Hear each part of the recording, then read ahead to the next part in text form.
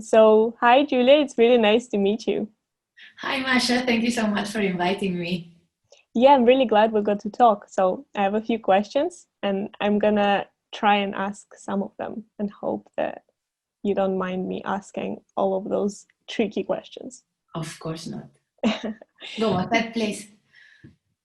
So, first of all, I really want to say that I'm amazed with the book that you made, and I'm really happy that it was translated into Russian.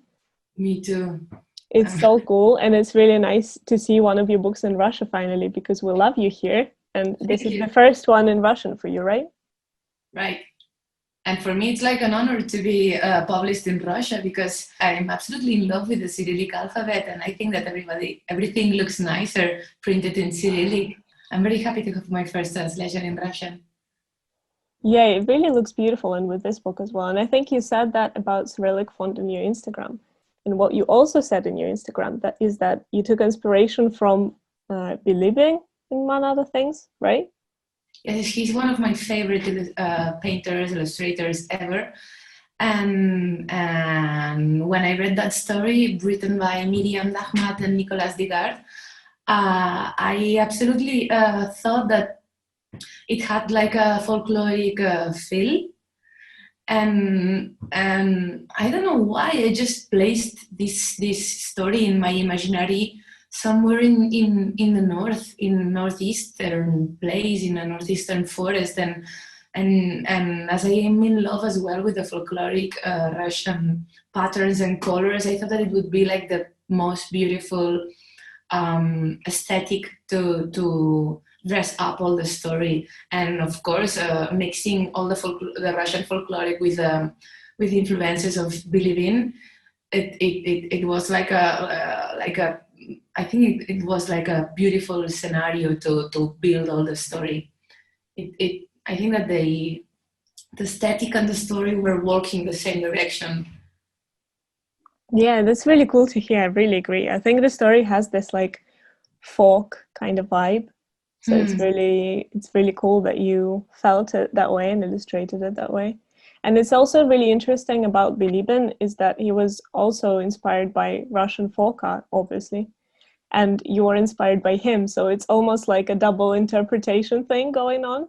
Yes, and it's not something new. I mean, I think that my very, very, very first illustrated book was Baba Yaga.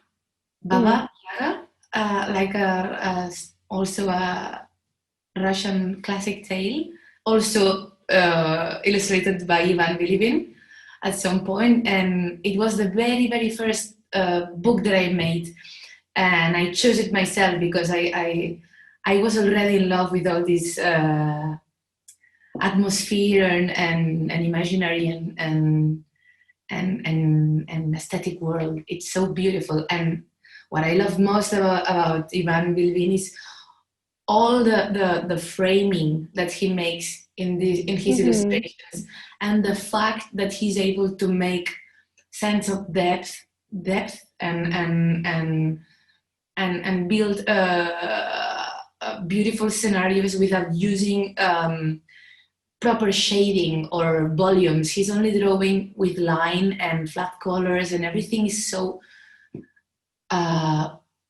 well done and understandable, and he's such a great talent. It's big inspiration for me. It's really cool to hear, because in Russia we sometimes feel like maybe people from other countries, they don't really know like our history of Russian art or something like that, and we sometimes feel a bit like isolated from another world, because people don't always know that like any artists that come from Russia, and especially like classic past ones. Yeah, I think so. So it's interesting to hear that this is like one of your main inspirations, and that you actually saw his works and like took inspiration from it. That's really cool. Totally. And also, I promised to ask you that you visited Russia last year, and it's really interesting to hear like what was your impression of it, and like what did you like most? I had an amazing time in Russia. In fact, it was my second time in Moscow, but it was the best one. I don't really know what was my favorite part of it, because everything was super cool. I mean, the experience at Berrywater First, it was super nice, and all the organization treated me so well, and it was super interesting, and the place was beautiful, and the people were super nice. But then I also met a lot of people outside the organization, and everybody was so welcoming and easygoing and interested in us. And I mean, I went to Moscow with a friend of mine and my cousin, and people was inviting us to their homes and places and to have dinner and lunch and to bars and to, I don't know, I just felt so welcomed and warm. I mean, there's nothing cold as I see it in Russia. For me, it's like a super warm place, and people is so nice. I fell in love with a bar that's named Sosna Lipa in the center of the downtown, and everybody was so cool there, and they treat me so nicely, and the music was amazing. I got a tattoo, and Really? it was so cool. Yes. I thought when I came back from Moscow, I thought I would love to live a year there. But yeah, we'll be looking forward to see you again in Moscow. Yeah, I should marry someone or something to get my visa. It's also, I was also curious, if when you went to Russia, did you still draw this book that we're talking about by that time, or did you finish it already? I had just finished that book when I went to Russia. Okay. So do you think you noticed like some similarities in the aesthetic, like around you? Did you manage to find like any parallels? And in fact, we took a couple of trips around Moscow, and in one of them, we took a car and we drove northeast to a very, very, very small place called Mishkin. Oh yeah, there's this little town that's called Mishkin. Yes, close to the Volga. And we also went to Kalyazny. Mm-hmm. There's like a tower in the middle of the water.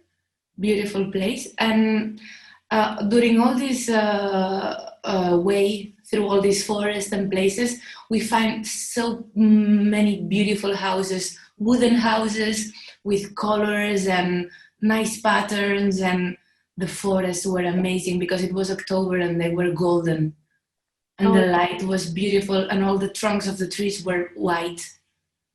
So it was like a beautiful pattern of an illustration, everything.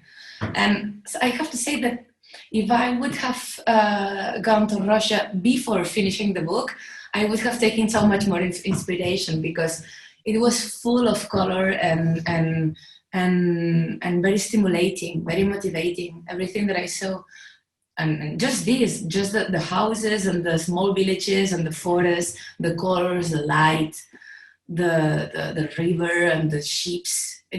Everything was so inspiring as I see it.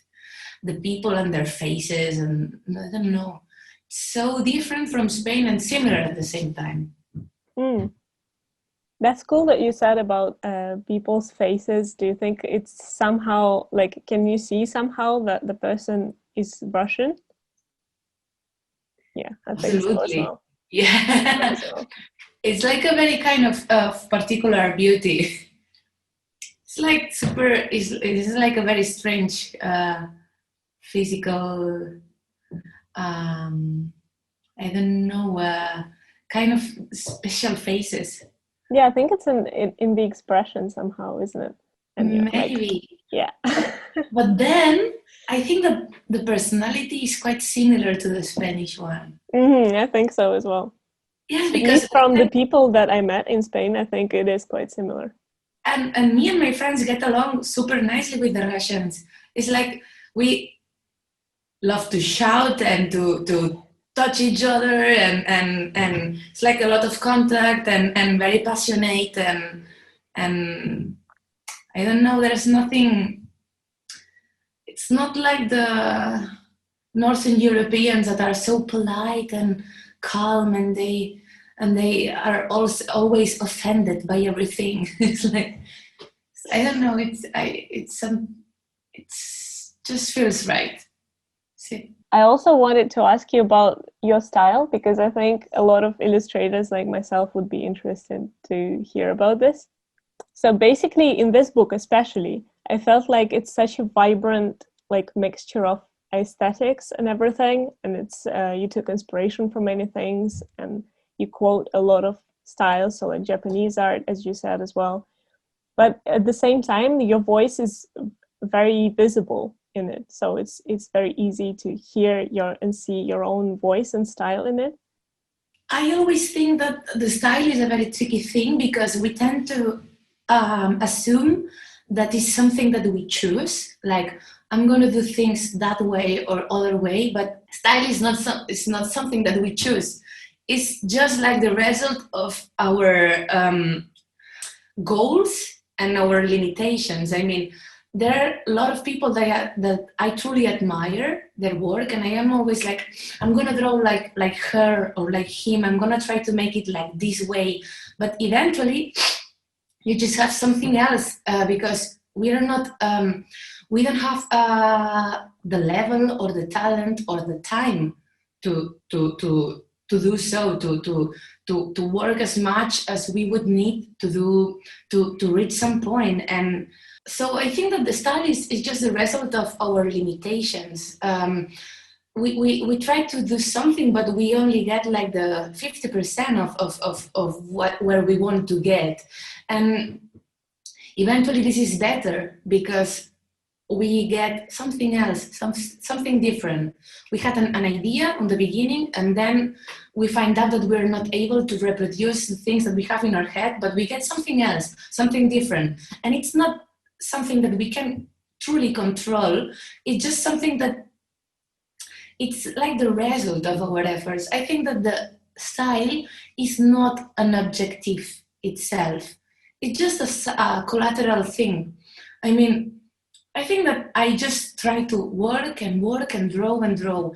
And then when I look back to all my drawings and my illustrations, I see that there's a point in common between all of them. And there's like a line that you can follow, but this is not on purpose. It's something that just happened because otherwise it's impossible that it's not happening, because you have one brain and two eyes, and you can only and it will be easily recognizable that it was you, the hand behind the work. I mean, it's not something that you have to fight to develop style. I think that you just have to fight to learn to draw and to be like a sponge that is taking all the references and influences and inspiration from your surroundings. And then the style just, it's like a something that it's done by himself. There's no use in trying to dominate it. This question always comes up, right? Especially when you're just beginning as an artist. You're always like, okay, so everybody has some kind of distinctive style. So am I supposed to find something distinctive? And you end up in this battle all the time. But then, like you said, it's not a battle. You don't need to like fight for it. But at the same time, it's supernatural to have this need when we are starting. I was also at the same point when I was starting drawing. I also wanted to get there or there. I had goals and objectives, and I was hoping to get someplace. But I think that this is natural, because in the beginning we don't have any career behind us to look at.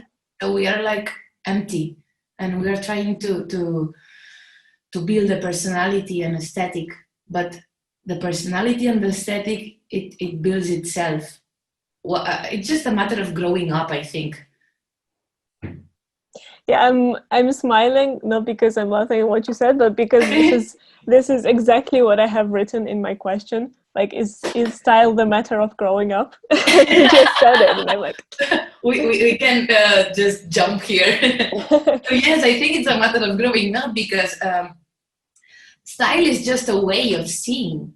It's like drawing is putting on the paper the things that you look at in your and deciding how do you want to show it to the people. I mean, I'm going to interpret reality like this or like that, and I'm going to put the attention here. I'm going to underline this or that, and I'm going to put my efforts in this kind of sense of humor, sensibility, poetic, aesthetic, whatever.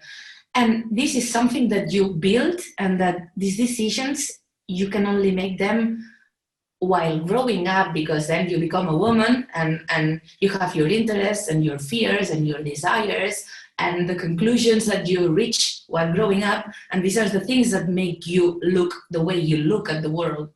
But when you have made some important decisions in life, you start growing up and building your own personality and having a style and being yourself. It's only about being yourself eventually. You don't have to do nothing else besides being yourself. Yeah, that's super accurate and also really inspirational. So yeah, thanks for that. That's really cool. Okay, and another thing I was really curious about is that in one of your interviews, you said that you really liked looking at the details of illustrations when you were a kid. And so you kind of took it into your own illustration as well. So your illustrations are very like intricate and detailed and stuff like that. So I was really interested about how this came to be, and also about this book as well, because it has a lot of details in it. And I'm wondering like what role they play in the book. Yes, I guess that it's something that has not changed during my evolution. When I was a kid, I really loved to spend hours and hours looking at the page and discovering new stories hidden in the illustration. I love to read the book, but I love to read the illustrations as well, because they had so many hidden stories in them. And it made me feel like a kind of explorer when I was able to lose myself in a page. For me, it was like discovering like so many tiny, beautiful jewels and worlds hidden inside a hole, inside another world, inside another world. It was like I don't know, something that I really enjoyed. My favorite were the books of witches, like, you know, these books that had so many details of small pottery with herbs and crafts and a lot of tiny things that the witches used for their magic, and this was the most that what I like most. And I guess that when I draw, I just try to put on the paper the things that I still love, and this has not changed.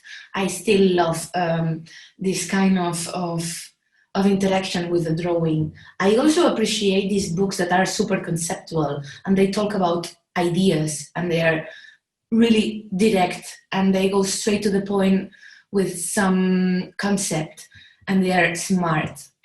But if you could see, my house is the same. Like, this is the other room, the only room that is like a little bit empty, but the others are like full of things and books and candles and plants, and I just love to find stories inside stories.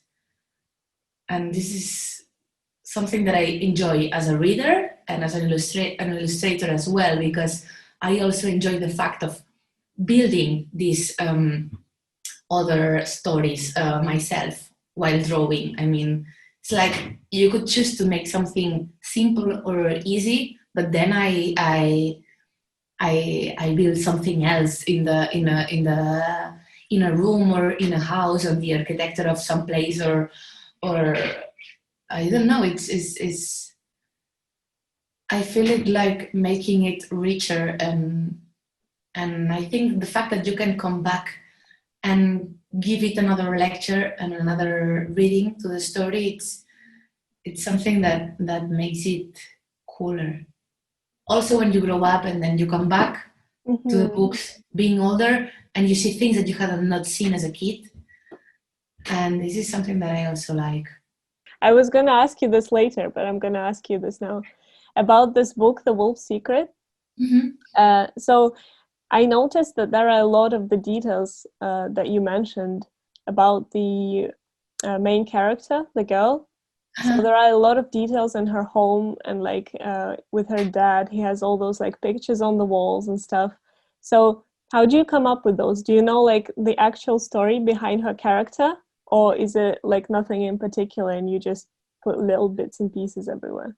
I invent myself the story, because the authors only give me the manuscript, and then I just finish it in my head, and I imagine everything that I want. But it's not something that I have clear in my head. It's just like an impression. Which kind of character is this woman? What is a woman doing in the middle of the forest in the 21st century? It's weird. So it's something that you cannot avoid answering yourself while working. Is she like a kind of crazy woman, or is she a witch, or is she maybe what does she do? Is she an artist? I mean, who knows? And then if you answer yourself these questions, you find a huge thread of inspiration that you can pull, because while drawing, then you come up with a lot of ideas of, depending on the kind of person that is habitating on that house, you will be deciding how is the decoration, what is hanging on the walls, which kind of bed is she sleeping in, or how is she dressing, or how's her hair, whatever. I mean, I think that the beautiful thing of illustration for me is like to create and build all these universes inside universes.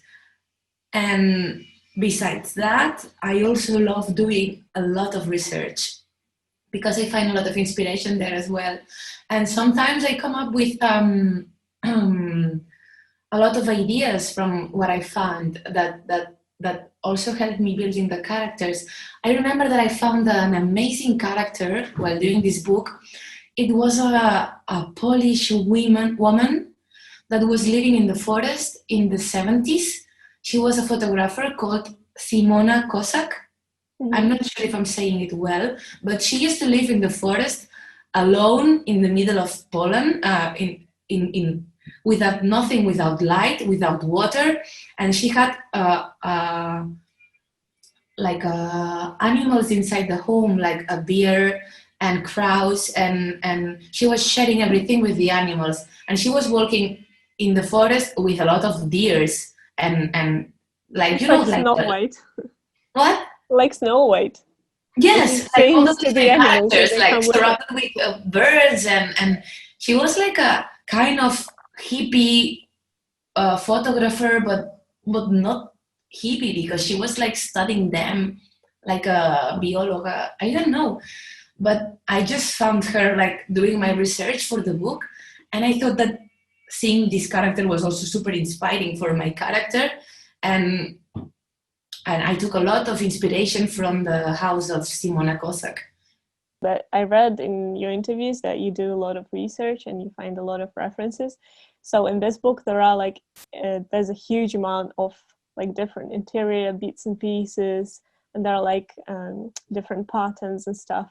So you find references for them and then you interpret them, or do you like copy bits and pieces, or how does it work with you? I sometimes copy them straight.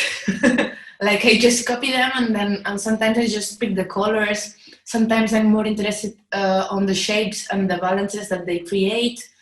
It's quite anarchic. I mean, I don't follow a method. I just take everything that I like, and that's the same thing I was telling about the style. I mean, you have a lot of things that you love, and you see them all in a folder, and you just make like a big puzzle, and it's easy to tell that there are a lot of influences, and that you take and you pick things from here and there, but eventually you are showing them through your eyes and through your personal view, and you make another kind of product that it's solid himself.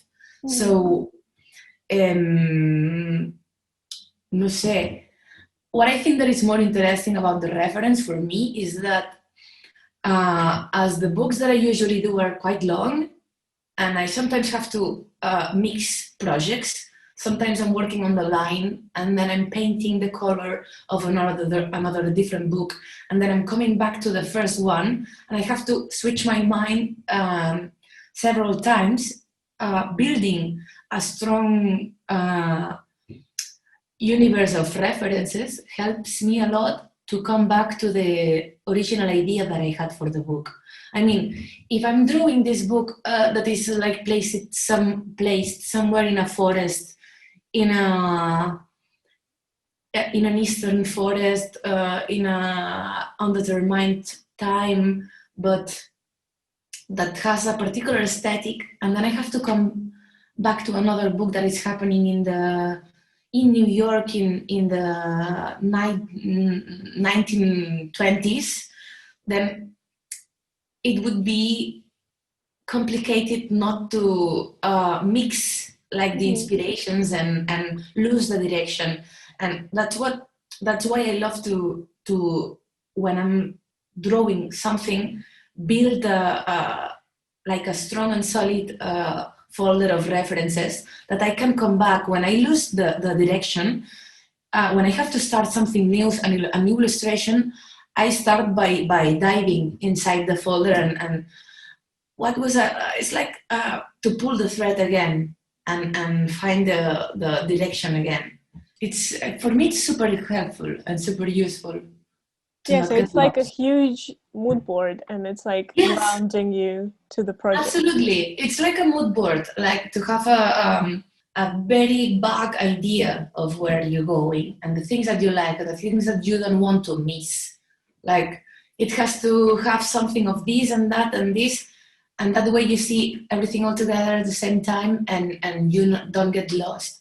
Because otherwise the books are so long that maybe you start liking something and in the end of the book you change your mind, and it's a chaos because you see the whole book and it's not consistent. It must have a specific soul. Yeah, that's cool. So did it help with this book that it's not set anywhere in particular? Because I think the story is like, it could be anywhere. It could happen anywhere, anytime, right? So it can be really eclectic. Now, did it help that it's like this, like it's not based anywhere and it's not set anywhere? Is it like more liberating? I don't know. Yes, it is. It is, absolutely. It's always a pleasure when the story is not set in a very, very specific place, because you have the chance to just bring it to your own vision or your own personal taste. Yeah, sometimes it's tricky when there are too much specific instructions, and then you cannot play around a lot with your own decisions. But it's also difficult because when you have no reference and nothing to grab, it's like too much freedom. It's more risky. Yeah. Because you have to choose, but you have to choose it right, because it's always complicated when you start a project and you are starting to process all this information and making the first decisions. It's like walking in the darkness, like trying to, well, I'm going to put this thing here and there, and I think that this environment or scenario could be positive to the story because this and that and blah, blah, blah. But you also mistake sometimes. I start pushing it to one direction and then I find out that it doesn't make much sense. Or it was only the thing that I would love to, but it doesn't make sense. And it's, but I prefer it to have a little bit of freedom on that stage. Yeah, so when the writers, they gave you like freedom with their project, right? So you only got the text and then you could do whatever you wanted? Yes, in fact, it was an amazing project because it was not something that the publishing house gave me. I mean, these authors, the French Miriam and Nicolas, they just emailed me like 5 years ago, and they sent me this story, and they just told me that they loved what I was doing, and that if I was able to do a sample for the book. And I mean that this is something that we built from the ground together, the authors and I. And for me, this is super. It's very important because there's no publishing house behind that. And when they gave me the manuscript, I just fell in love with it. I thought it was so beautiful. I mean, so tender and sad and delicate at the same time. And I just made a couple of samples, and I think that we just were in the same direction. I mean, they didn't give me any constraint or nothing. It was like a match. I love what they were doing, and they love what I was doing, and it just came up easily and smooth. See, that was an easy part. Yeah, See, that's always the best thing. See, because if you feel confident at that stage, then you shine more. See. Yeah, that's true. It's also interesting that you said that they sent it to you 5 years ago, right? So this project was like in standby. Yeah, on standby for a lot of time.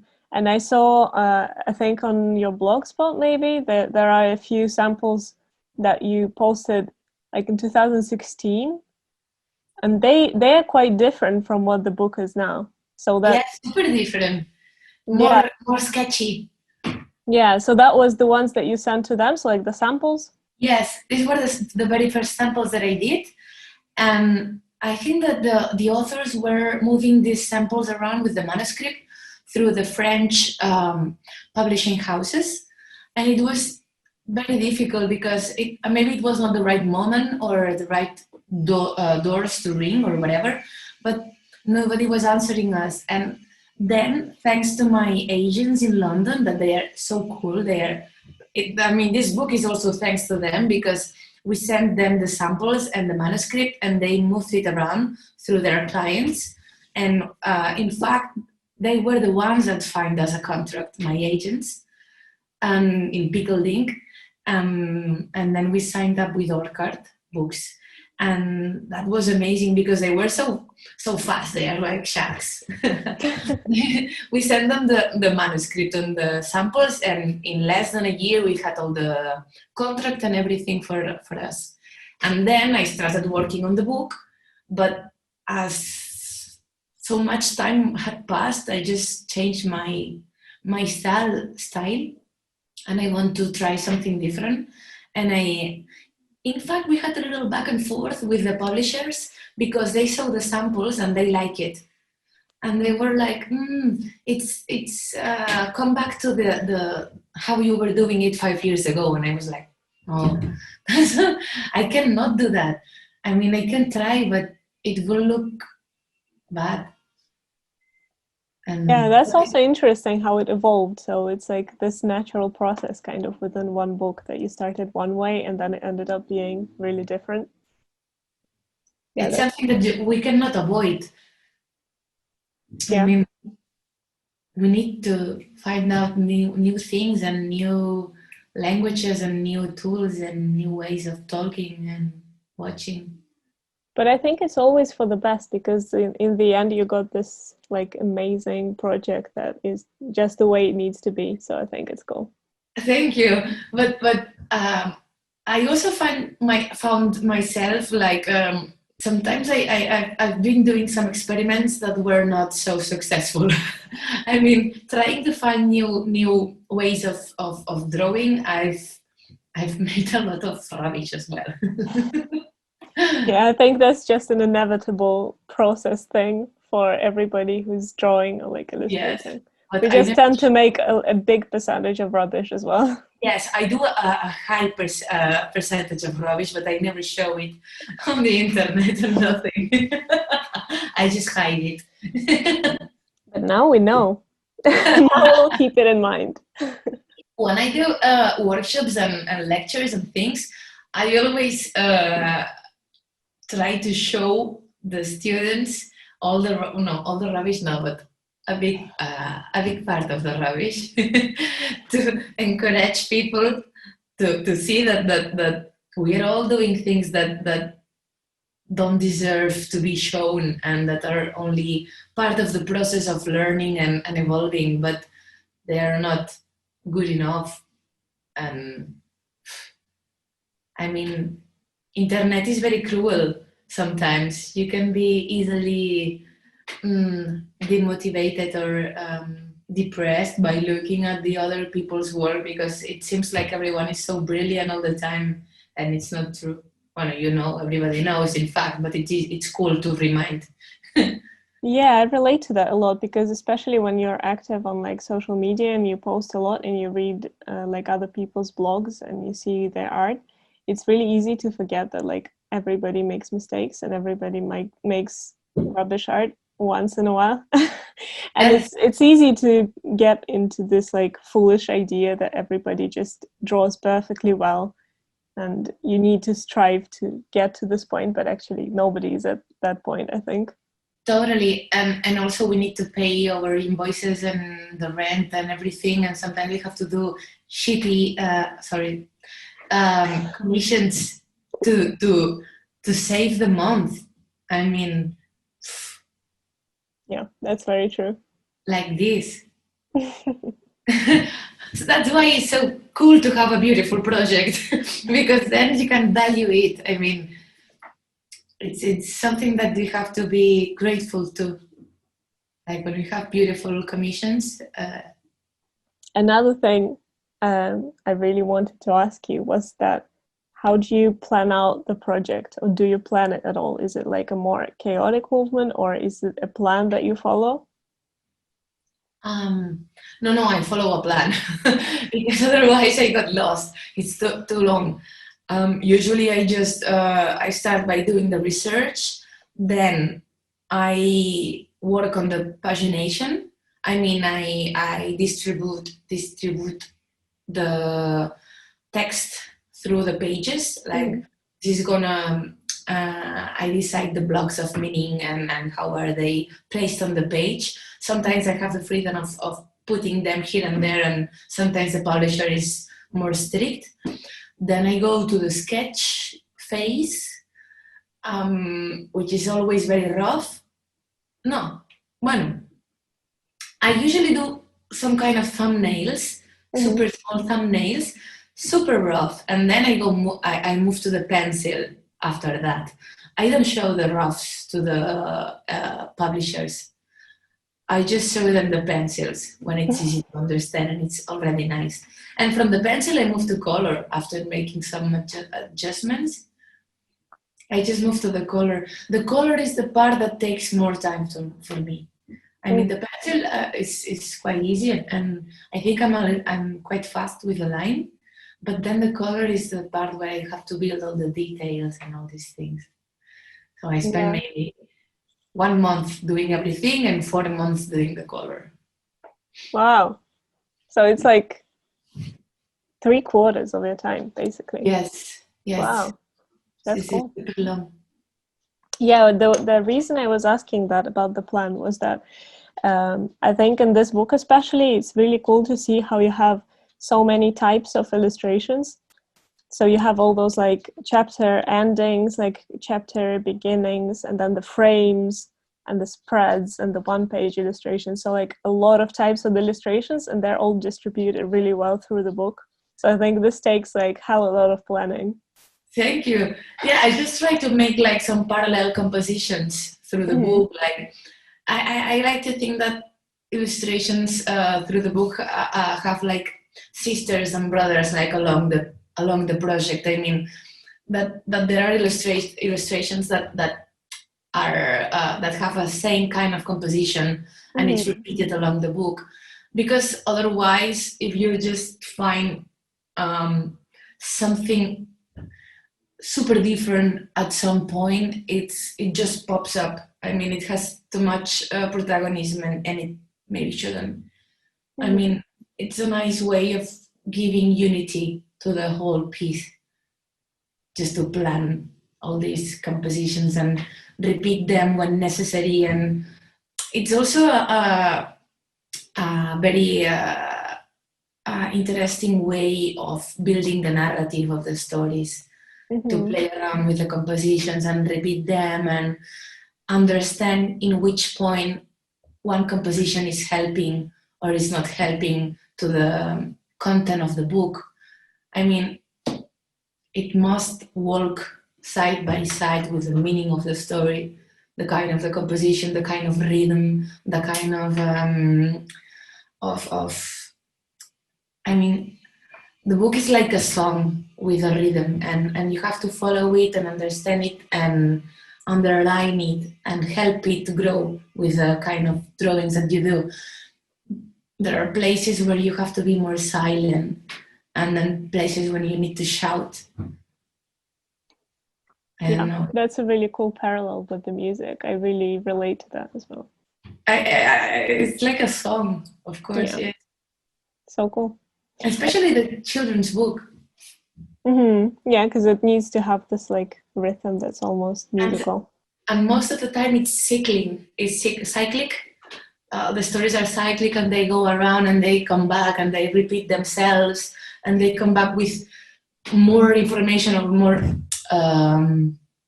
or with small changes. Yeah. And do you also work with like text? I mean, the fonts, or does somebody else do it, like a designer or something? No, I usually never work on the design of the book. I mean, I only do the lettering of the cover, of course, and sometimes the title page. But in the inside of the book, there's a designer, a professional designer that decides the font and the spacing and the tracking and all these kind of things that I really don't know nothing about that. Yeah, same. I know what I like and what I don't like, but sometimes it's not. It's like a crime for the designers, you know. Sometimes I love to do the hand lettering of the stories when it's possible, when it's short, but usually there's no time for that. And in this specific case of the wolf, there's too much text. It's too long. Yeah, why I was asking was that because in this book there's obviously like quite a lot of like playing around with the text, with the fonts, because like the words, like they jump around and then it changes a bit, and then like the letters jump around. Did you see how it was made, or did you just see the final product thing? I just saw the final product and I agreed. I thought it was nice, but usually it's just this is the job of the graphic designer, and they don't. I mean, at some point you have to let go the project and pass it to someone else and let them do their job. I mean, right now I'm working on a book that it's my first authored book. I've written it and I've drawn it, and in this case I also give directions to the designer, like I would love the lettering to go like this or like that, but if it's not my text, if I'm just the illustrator, my work finished after drawing. I mean, it's we share the authoring of the book with Miriam and Nicholas and the designers. It's like a choral job.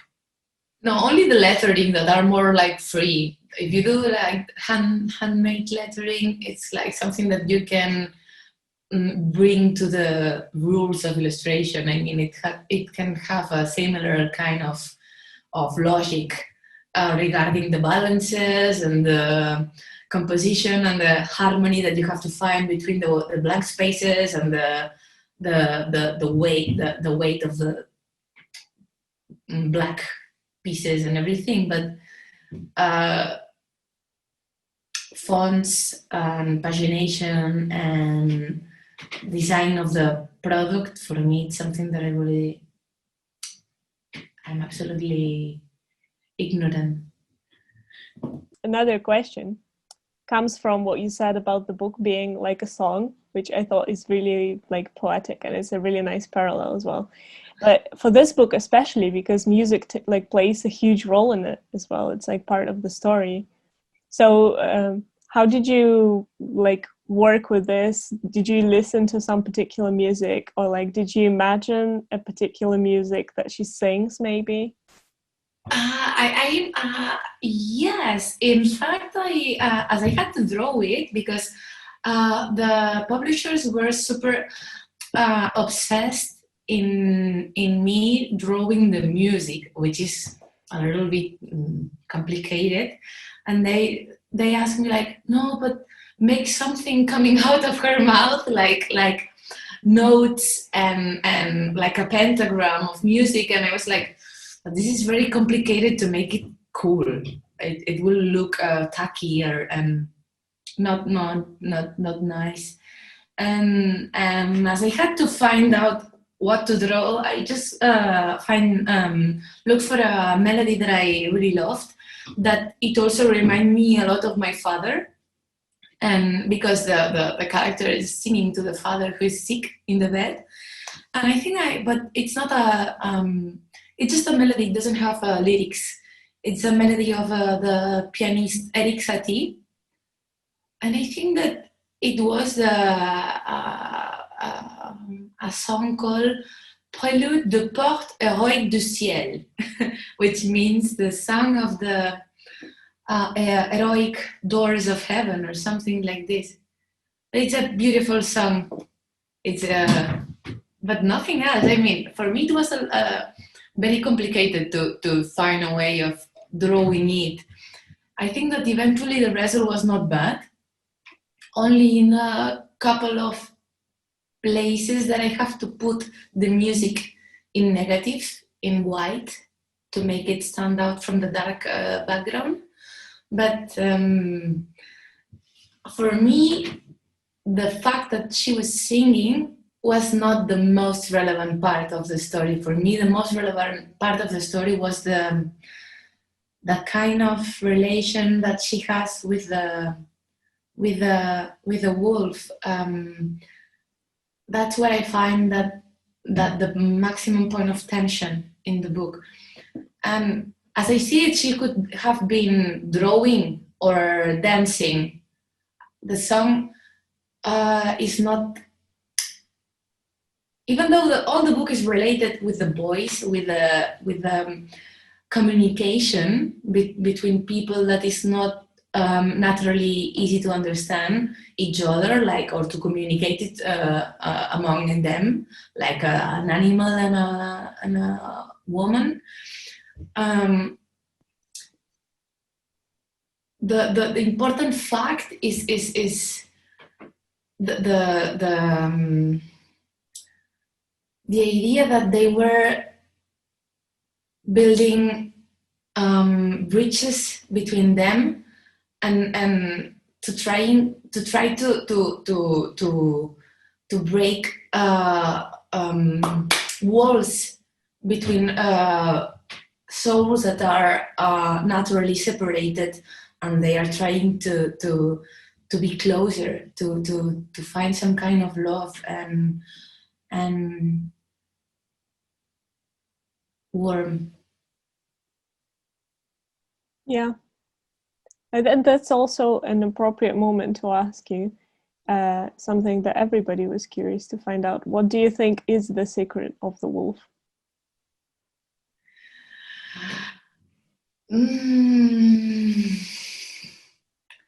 I think that wow, this is a tricky one that nobody asked me before. Because I don't know. As I see it, I think I suspect that my interpretation is quite basic on that point, and probably the authors have a more sophisticated answer for you.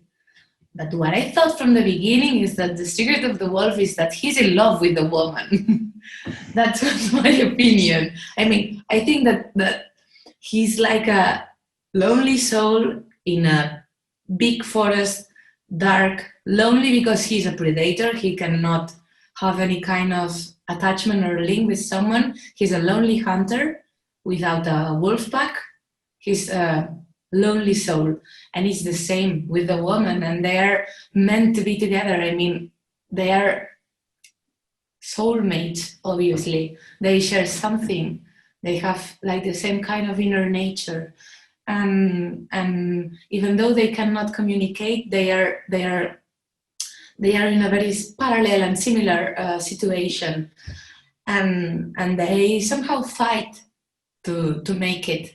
They fight to find a way of being together, even though it's not obviously a love story or like something like this. But I personally, I secretly see it as a beautiful love story.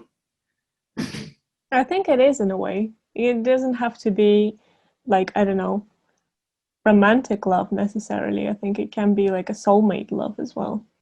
Yes, like a very profound friendships. Mm-hmm. Yeah, that's cool. It's beautiful. And I have to say that for me, it was like a very strange moment of my life when I was drawing this book, because I was in a very similar situation of the woman, because my father was sick at that time and then he passed away, and I was drawing that book and drawing about this woman feeling so lonely in the middle of the forest. And when I was drawing that book, I was also taking care of my father, and I had to move to the countryside because he was staying outside of Barcelona in a very small village in the forest. And it was like super similar, and I felt very identified with this character. And at that moment, I felt like the wolves were my most close friends that were with me during all this process, and they were far away, but they were close. I mean, they were not in the same village, they were in the city, but they were so warmingly surrounding me all the time and coming with me during all this process. And I could not have made it without them. When I made the dedication of the book, I dedicated it to the wolves. And it's because I find out that they were my friends, my 4 friends, my only friends that are my family, my pack. And it's not maybe a romantic love story, but it's a story about love, of course. Yeah, it's really sad, but it's also really beautiful in the way, like how life itself is sad and beautiful. So, and this is the best thing about life, that it's terrible and beautiful at the same time. It can be terribly cruel and horrible, but it's also amazing and fun. Yeah. So, yeah, and that's the most beautiful answer to the last of the questions that I had. It was the last one. Yeah, thank you so much. It was so cool. I really, really enjoyed talking to you, and thank you, Masha. Thank you for like all your responses. I think it's really like beautiful and inspiring in every possible way. So thank you. Thank you so much for your questions and for inviting me, and I'm glad you found it interesting somehow. It is. It's so cool. Yeah, and thanks to the publisher who actually brought us together. Vale. Yeah.